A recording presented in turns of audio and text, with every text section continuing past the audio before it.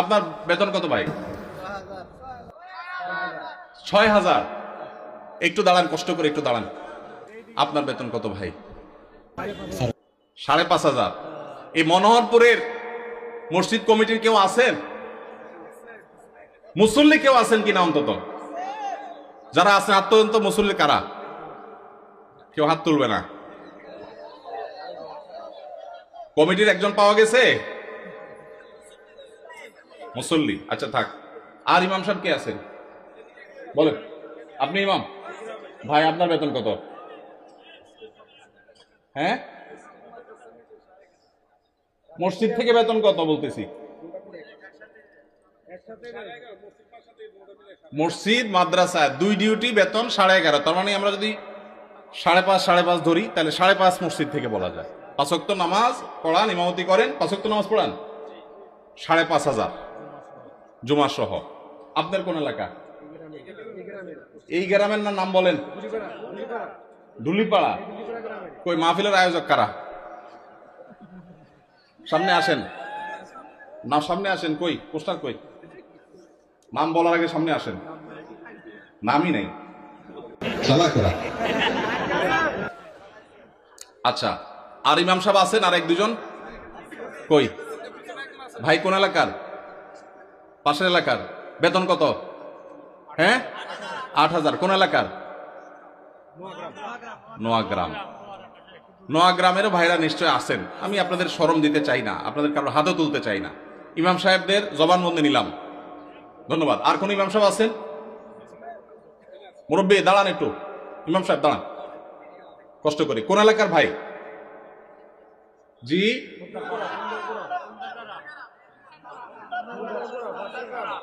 এতজন বললে কেমনে বুঝবো?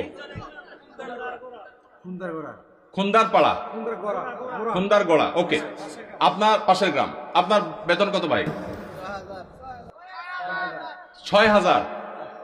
বসেন ভাইরে। প্রশ্ন প্রসঙ্গে চলে আসলো, এতজন ইমামের জবানবন্দি আমরা নিলাম। হয়তো খুঁজলে আরো 10-20 জন ইমাম পাওয়া যাবে। অনেকে হয়তো চক্ষু লজ্জায় হাতটা উঠাচ্ছেন না, বলছেন না। ভাইয়েরা আমার, এটা আমাদের জন্য, বাংলাদেশের মানুষের জন্য লজ্জা, অনেক বড় লজ্জার বিষয়। পৃথিবীর অন্য যে কোনো দেশের সাথে আপনি যদি তুলনা করেন, শুধু সৌদি আরবের কথা যদি বলি, আমি 10 বছর সৌদি আরবে ছিলাম। আমাদের শেখ সাইফুল্লাহ মামুন ভাই দীর্ঘদিন সৌদি আরবে ছিলেন। সৌদি আরবের সকল মসজিদের ইমাম সাহেবরা ইমামতি করে যেই সম্মানী পান, সেটা এভারেজে 5 থেকে 7,000 সৌদি রিয়াল। পাশাপাশি বাসা, বিশাল বড় বাংলো, সাধারণ বাসা না, বিরাট এরিয়া নিয়ে বাংলো। এইটা হলো তাদের এক্সট্রা ডিউটি, এক্সট্রা ইনকাম প্রত্যেক ইমাম সাহেবের।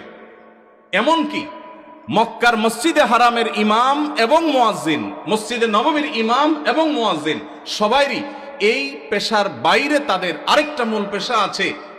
যারা খুব বেশি শিক্ষিত তারা বিশ্ববিদ্যালয় শিক্ষক। যেমন মসজিদে হারাম মক্কার যদি বলেন একজন একজন করে সমস্ত ইমামদের কথা বলা যাবে, প্রায় যে সবাই প্রায় কোনো না কোনো হয় আদালতে বিচারপতি, আর না হলে কোন বিশ্ববিদ্যালয়ের প্রফেসর। এটা মসজিদে হারাম শরীফের ইমামদের কথা বলতেছি, সব পিএইচডি হোল্ডার, বড় বড় আলেম। হয় জাজ, জাস্টিস, অথবা বিশ্ববিদ্যালয় শিক্ষক। হারাম শরীফের একজন মুয়াজ্জিন, 2 জন মুয়াজ্জিনের অফিসে আমি গিয়ে সাক্ষাৎ করেছি। আপনিও ছিলেন সাথে, শেখও ছিলেন সাথে। এক বাংলাদেশি ওই মুয়াজ্জিন সাহেব, হারাম শরীফের মুয়াজ্জিন, ওনার খেদমত করে। আমাকে বলে যে, আমরা হোটেলে ছিলাম, বলো যে ভাই আমি তো হারামের মুয়াজ্জিনের খেদমত করি, ওনার অফিসে চাকরি করি, টি বয়, বাংলাদেশি ভাই। বলো যে ওনাকে বলছি যে আমার দেশে এক হুজুর আসছে ওমরা করতে, দেখা করতে যাবেন কেন? হারাম শরীফের মুয়াজ্জিনের সাথে দেখা করাও তো সৌভাগ্যের বিষয়, চলেন যাই। গেলাম, যায় দেখি একটা কোর্টে উনি একটা সাধারণ একটা ডেস্কে চাকরি করেন, হারামের মুয়াজ্জিন। আমরা যদি বাইতুল মুকাররমের মুয়াজ্জিন হইতাম তো আমাদের ঠেলায় তো মানুষই টিকতো না। আবার চাকরি করা হারামের মুয়াজ্জিন, যে বেতন, যে প্রটোকল, যে সম্মান, আবার চাকরি করা লাগে, কিন্তু করতেন। পাড়া মহল্লার যে সমস্ত মসজিদের ইমামরা, মুয়াজ্জিনরা, তারা সবাই হয় পুলিশে চাকরি করে, আর না হলে কোনো স্কুলে তারা শিক্ষকতা করেন। বেশিরভাগ এই দুই ক্যাটাগরিতেই থাকেন। আমি সৌদিতে যে বাসায় ছিলাম, আমার বাসার পাশের মসজিদ, যে মসজিদে ৫ ওয়াক্ত নামাজ আমি জামাতে পড়ার সুযোগ পেতাম, সেই মসজিদের ইমাম সাহেব, তিনি বিরাট বড় শিল্পপতি, অনেক ব্যবসা প্রতিষ্ঠান, তার অনেকগুলো বড় বড় চেইন সব super market, Dahiya super market নাম, বিরাট নাম করা দাম্মাম। ভাইরে, ইমাম সাহেবদের অন্য বড় বড় চাকরি এবং ব্যবসা থাকার পরও মসজিদ থেকে তাদেরকে বাংলো এবং বিরাট বড় সম্মানে দেয়া হয় সৌদি আরবে। আপনি বলবেন সৌদি আরব মানুষের বেতন অনেক বেশি, বেতন অনেক বেশি এই জন্য বাড়ি অনেক বড়টা দেয়, বেতন অনেক বেশি এই জন্য টাকা বাংলাদেশি টাকায় ১.৫ লাখ ২ লাখ দেয়, এটা হলো সেকেন্ড ইনকাম, তার ফার্স্ট ইনকাম আরেকটা আছে। তাই বলে আপনি ৫-৬ হাজার টাকা দিবেন? ঢাকা শহরের কাজের বুয়াদের বেতনও ৫-৬ হাজার টাকা নাই অনেক বাসা। ঢাকা শহরের কাজের বুয়ারাও মাসে ১০,০০০ ১৫,০০০ টাকা কামাই করে। ঢাকা শহরে কোন দারোয়ানের বেতন ৫,০০০-৬,০০০ টাকা নাই, কোন পিয়নের বেতন ১০,০০০ টাকার নিচে নাই। সেখানে কুমিল্লা শহরের কাছে, এটা সদর থানা এবং শহরের কাছে, এই জায়গায় ৫-৭ হাজার টাকা আজকালকার বাজারে চাউলের টাকা জোগাড় করা অত কঠিন হয়ে যায়। এই ইমাম সাহেব আবার যখন কোন একটা কাজ করতে যাবেন ইমামতির পাশাপাশি, বলবে হুজুর আমাদের দুনিয়াদার হয়ে গেছে, হুজুরদের দুনিয়ার লোভে ধরছে। এক বেটা, তার মসজিদের মুসল্লিরা ইমাম সাহেবকে এরকম খোঁচাইত, বেতন দেওয়ার নাম নাই, ইমাম সাহেব আর কিছু করলে ডিস্টার্ব করত। তো ওই মসজিদে একজন ভালো মানুষ ছিল, উনি বললেন হুজুর আপনাকে আমি ওই যে মুসিরা যে জুতা পলিশ টলিশ করে ওইরকম একটা বাক্স কিনে দেব, সাথে রং টং যা লাগে ডাস্টার ব্রাশ এগুলো সব দিয়ে দিব, আপনি ইমামতি করে মসজিদে নামাজ পড়ানো শেষ হলে মসজিদের বাহিরে এসে ওইটা নিয়ে বসে যাবেন এবং মুসল্লিদেরকে বলবেন ভাই আপনাদের জুতাগুলো দেন, যার যার পলিশ করা লাগে আমি করবো, আপনারা আমার টাকা দিয়ে। ইমাম সাহেব চোখ বড় বড় হয়ে গেছে, কি বলে রে বেটা? বলে ভাই আপনি এই কাজটা যদি করেন, মুসল্লিরা বাইর হয়ে যেটা সিসি করবে, আরে হুজুর এটা কি করছেন? তো ওইটাকে বলেন যে ভাই এই জুতা যদি আমার কাছে দিতে আপনার লজ্জা বোধ হয়, আপনার কাছে যদি অপমান বোধ হয়, তাহলে জুতা আমার কাছে নিয়ে আপনার নিজের গালে নিজে মারা উচিত। আমি বলছি না যে আক্ষরিক অর্থে ইমাম সাহেবকে ওইটা মারতে তিনি বলেছেন, অনেক আগে ঘটনা কোথাও শুনেছি, সত্য হতে পারে, রূপক হতে পারে, কিন্তু এই গল্প আমাদের শিক্ষা দেয়। আমাদের মসজিদের ইমাম সাহেবদের, মুয়াজ্জিন সাহেবদের সম্মানে আমরা দিতে চাই না, মাহফিল করে বক্তার জন্য মোটা অঙ্কের হাদিয়া রেডি রাখি। আপনারা বলবেন হুজুর আপনিও তো মোটা অঙ্কে নিয়েই যাবেন, ওয়াজ তো করতেছেন।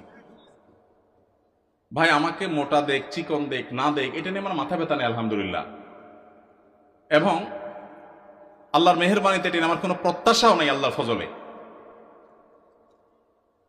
কিন্তু মাহফিল আয়োজকদেরকে বলতে চাই, যারা মাহফিল আয়োজন করেন, লক্ষ লক্ষ টাকা যদি মাহফিল পিছনে খরচ করতে পারেন, ইমাম সাহেবদের বেতন কেন 15টা হাজার 20টা হাজার টাকা হতে পারে না?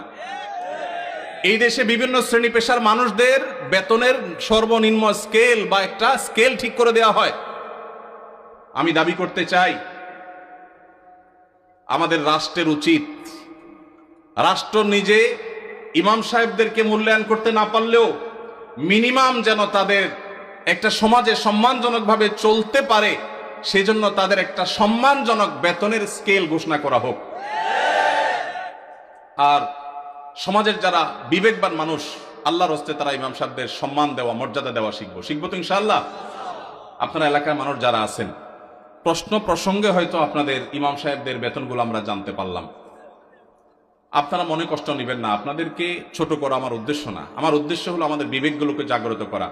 কোন মসজিদ কমিটির লোকজন যদি এখানে থাকেন, তাহলে আমি আপনাদেরকে বলবো, এমনকি মুসল্লি ভাইরা যারা আছেন তাদেরকে বলবো, মসজিদে গিয়ে এটা নিয়ে দাবি তুলবেন, ইমাম সাহেবের সম্মানজনক বেতন নিশ্চিত করতে হবে ইনশাআল্লাহ। কোন মুসলমান সমাজে এটা হতে পারে না। সৌদি আরবের কথা আমি বলেছি, সৌদি আরবেরটা আমি কাছে থেকে দেখেছি, এই জন্য আমার মনে হয় না পৃথিবীর অন্য কোনো মুসলমান সমাজে মানুষের গড়ে একজন রিক্সাওয়ালাও 10,000-এর বেশি ইনকাম করে, সেই সমাজে ইমাম সাহেবের বেতন 4,000 5,000, এটা কোনোদিন গ্রহণযোগ্য হতে পারে না।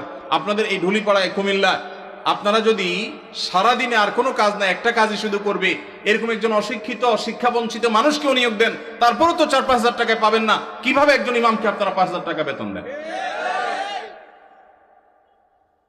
কোন মসজিদের দায়িত্বশীল ভাইরা আছেন যে আপনারা তওবা করবেন যে ইমাম সাহেবের বেতন 10-এর উপরে উঠাবেন? কেউ আছেন? থাকলে পার্টিকুলার কেউ থাকলে বলেন। কেউ আছেন? সভাপতি সাহেব, সেক্রেটারি সাহেব যদি থাকেন যে আলোচনা করবেন, অন্তত এ ওয়াদা করবেন। আপনি কোন মসজিদের? নাম বলেন। নোয়াগ্রাম। এখন বর্তমান বেতন কত ইমাম সাহেবের? উঠছেন যেহেতু জিজ্ঞেস করি। 7,000। এখন নিয়ত করছেন কত দিবেন? 25 সাল থেকে 25 সাল মানে এখন তো 25 শুরু হয়ে গেছে। 10-এর প্রস্তাবনা আছে। মাশাআল্লাহ মাশাআল্লাহ। ভাইয়ের মসজিদ কোন এলাকা? নোয়াগ্রাম চৌধুরী বাড়ি। আপনি কি কমিটির? ভাই কমিটি সেক্রেটারি।